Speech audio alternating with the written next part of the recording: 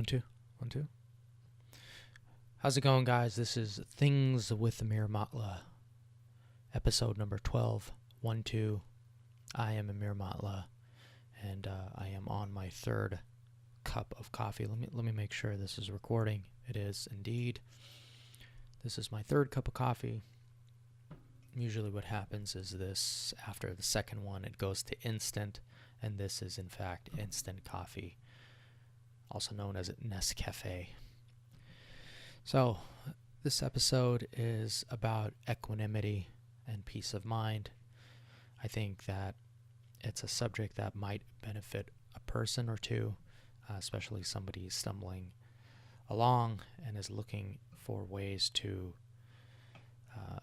find a bit more peace into their life. Now, it's a tall order, and this is not clinical by any means, and I'm just giving you some guidance, things that have worked for me and for some other people that I know, and a lot of this was through trial and error and searching. Now, this is not clinical, and if you have some sort of real psychological impairments, anxiety, depression, all that stuff, seek professional help, of course, number one. This is just ways to, maybe give you a pattern, habit to try things and see if they work for you. Now, the way that I had tested this on other people is through their resting heart rates, and out of the few people that we've tried, it seems like it had worked for everybody. And the sample size is like, we're talking about 4 or 5 people, so this is definitely, the sample size is kind of just a few friends, really. 30 days to equanimity. Well, here's the thing. Coming from an arts background, it seems like you wear anxiety on your, like, as an emblem and as jewelry. You put it on and it becomes a badge of honor. And certainly when I first started into the arts, there was a lot of mimetic activity, so I would look at friends who were already artists, established artists that I knew, and pick up traits. Now, one of those traits was anxiety. It was some sort of a badge of honor, and it's hard to tell whether that particular behavior was picked up through a succession of different types of mimetic behavior from other people. Certainly it was for me, or it was actually something embedded deep down. We see the archetypes all the time. Perfect example is somebody like Woody Allen, who's extremely successful. People, it's a little different now with him, but definitely he was an archetype that people looked at, but it was also an archetype itself about what artists are and how they think about the world. Now, anxiety is mostly linked into how we feel about the future.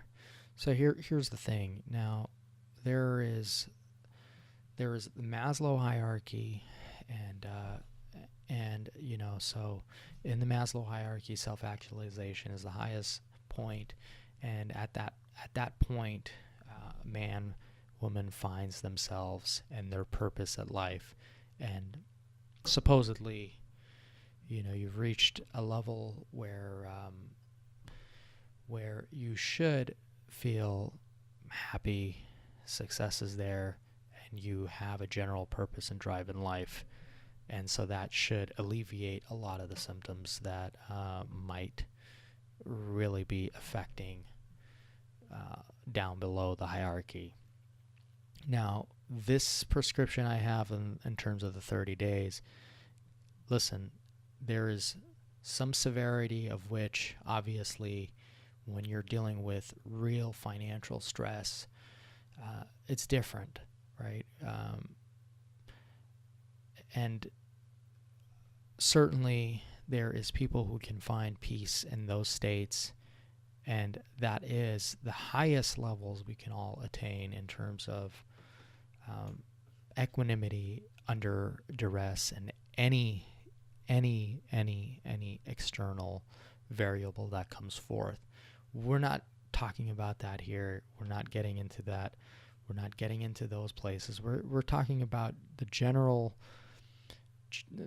makeup of a society that has a lot but is burdened by anxiety and unease and unhappiness, and possibly because of the comfort that the society itself provides, or the situation that we're in now, through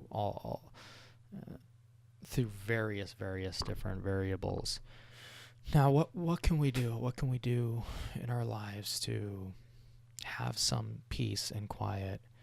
And essentially, having peace of mind, equanimity, is lucidity, is a better ability to see the world clearly, a better way to make decisions, and most important, to feel comfortable in space and time, and to feel comfortable getting on with life without the baggage that comes with future thinking and the stresses associated with that. So you can look into the future without being stressed. Now, again, this is not a discussion about financials. Those will somehow always creep in and provide a certain level of stress. Some of that is just adaptive and necessary. But this is mostly about things that you might feel that if you had lowered your anxiety, that your quality of life would be better, and general unease. So we can refer that. I would say peace of mind is what everybody seeks in terms of happiness. Not actually happiness. Happiness is an emotional state, comes up and down. If you're super happy, you're going to feel some other sort of way in due time. So there's a trade-off. Peace of mind kind of works different because your circumstances could be such that they are not in your favor. However, you're still composed and you're not reactive, and that's the main thing here. So we're trying to get to a level where we're less reactive, and when we are, our intuition is more competent. So basically system 2 thinking. But if we are doing system 1, we're talking about Kahneman here, our system 1 would have a higher rate of better decisions because it's more competent. Now, this is not scientific. I don't know. I'm not talking about that in terms of that. It's just my experience that the less reactive you are, the better decisions you generally can make. And when you're burdened with a lot of decisions, and some that are very important, it's better to be lucid and less reactive. And so here we go. Now, these are old-fashioned, and even when I say the first, and there's just a few, but when I say the first one, you're going to immediately think of what's happening in the pop world right now, and this has nothing to do with that. In fact, this idea was brought to my attention a long time before I even heard the name, so let's not mix these two things up. First thing to do for your 30 days to equanimity, and my thing is that I've tested this with several people, and everybody's resting heart rate had decreased after a certain amount of time. Now, the sample pool is extremely small here. We're talking about like 6 people. So again, this is not scientific. If you are under any real duress, seek help in any capacity that you can. And for somebody stumbling, this might be valuable. You've heard this before. You've heard this since you were very small. Make your bed, right? So that would be the first thing that you do when you wake up in the morning. And you would make your bed. It sets up your habits. It's a very easy thing to do. And you would make your bed in a capacity where you're not thinking about anything else. You're just trying to do that job well and in the right way. Now, often you hear that habits take 60 days or 90 days. There's some different science on that itself, and we're not worried about that. We're not worried about goals. We're not worried about finding peace at the end of this. We're just getting into a practice of several things that we do that over time will compound. And we know that in the back of our minds, but we're not grasping towards the idea that we're going to improve. This is not self-improvement. This is just a practice. So get up, you make your bed. That's your one check mark. That's your one little victory of the day. Number 2 would be the most important as far as I'm concerned in terms of finding equanimity, and that's to meditate. Now, I say meditate twice a day. The amount of time does not matter. Start very, very small. You're not going to be able to sit for an hour. I can't sit for an hour. I don't sit for an hour. Do it for 5 minutes. Start with 5 minutes. And do it right after you make your bed. Just sit down, sit for 5 minutes. Now, the type of meditation you do, as far as I'm concerned, is not that important. I do Zazen. I just sit and stare at a wall. And that you can do your mantras. You could do any form that you think works for you. You can keep your eyes closed. You can keep your eyes open. It really doesn't matter. You just sit, control your breathing, let your thoughts come in and out of your mind. Don't grasp any of them. They basically float around and fly away like clouds. And you do that twice a day. Next thing that I think would be very important to do as a practice is to turn off your phone for an hour a day. Now that's going to be very tough for a lot of people. An hour is an eternity, and maybe if you can't do that, you can just turn it on. iOS has that night mode. I don't know what Android has, but I'm sure they have something equivalent. And you put that on for about an hour during some time in your day where those notifications are not buzzing your brain. The notification is something that warps your attention, and it's a benefit of a very small amount of people to the detriment of lots and lots of people. So try to get away from it once in a while.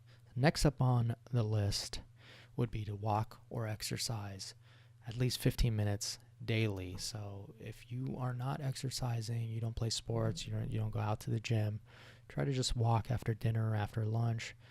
15 minutes a day. That's all really that you need to do.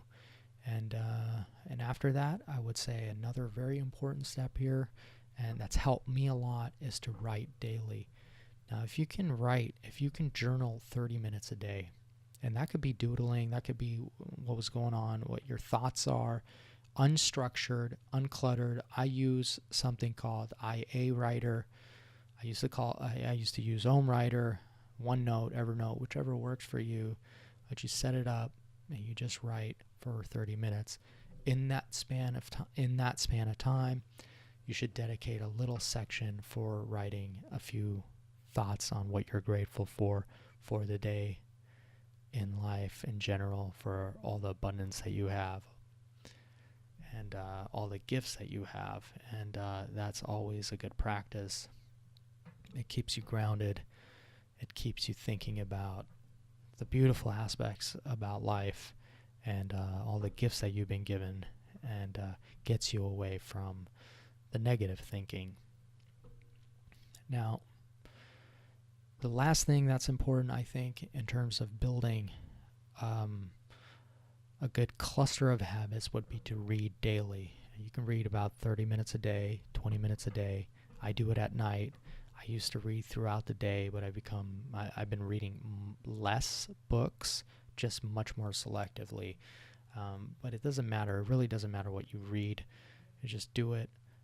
The more you read, the more you want to read.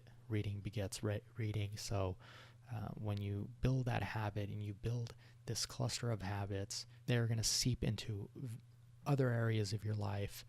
And once you get that pattern set, you're going to require less and less willpower. Willpower eventually works to your disadvantage. So you're trying to get this into a habit space where it's just automatic. Automatic becomes competence, And again, intuitive competence is when we're making better decisions over time. So this is kind of like medicine, where you miss a day. It doesn't matter if you miss a day. You just get on and go about the next day and try to do it. And it's not one of those things where you have to check mark. This is not where you're not gamifying it, because once you do that, once you gamify it, it becomes less intrinsic for most people. You might be able to succeed for sure, but you will require more and more willpower over time. So you just do it. You're not doing it for a goal. You just do it, and you trust that within the span of time that you will find more peace in your life. I think it'll work. I think if you do this for 30 days and you have a lot of anxiety, you will have a bit less anxiety when you're done, that you had built up some good habits, and you do it for 2, 3, 4, 5, 6 months. All of that compounds, and you're going to be in a different space, I believe. Now really, to just go through that again, make your bed, the simplest habit, the simplest win of the day. Meditate 5 minutes twice a day, once in the morning, once in the evening. You just sit, let the thoughts come in and out of your head. Don't grasp any of them. Turn off your phone 1 hour a day. If you can't do 1 hour, do 30 minutes. Leave it on Do Not Disturb. Walk or exercise 15 minutes a day. Write daily. Try to journal, not that long, just a little bit, and write a few things that you're grateful for daily. Read for 20, 30 minutes a day. Doesn't matter what type of book, just anything that you enjoy. That's really the most important aspect. You're enjoying the reading. And if you skip a day, miss a day, it doesn't matter. Just pick it up where you left off. And I think that if you do this, you will be in a better space. I know from experience, my own personal experience, that this works for me. And whenever I get out of the groove and things start really bothering me, the sweating the small stuff, and I start implementing these things, I feel more connected in the moments.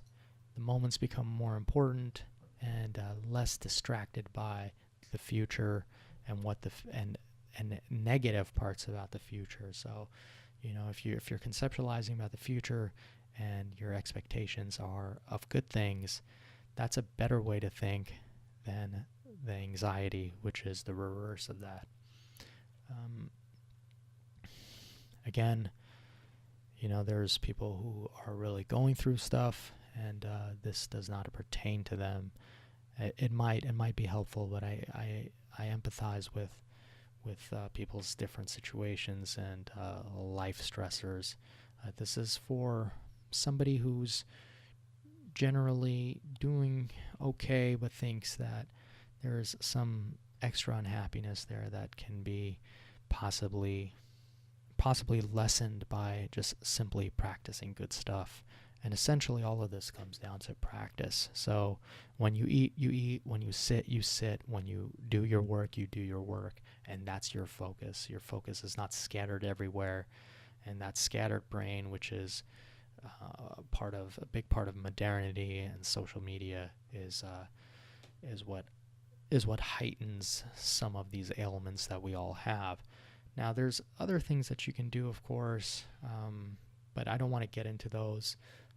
I don't watch the news daily. I try to skip the news and maybe do an update once a week just to know what's going on.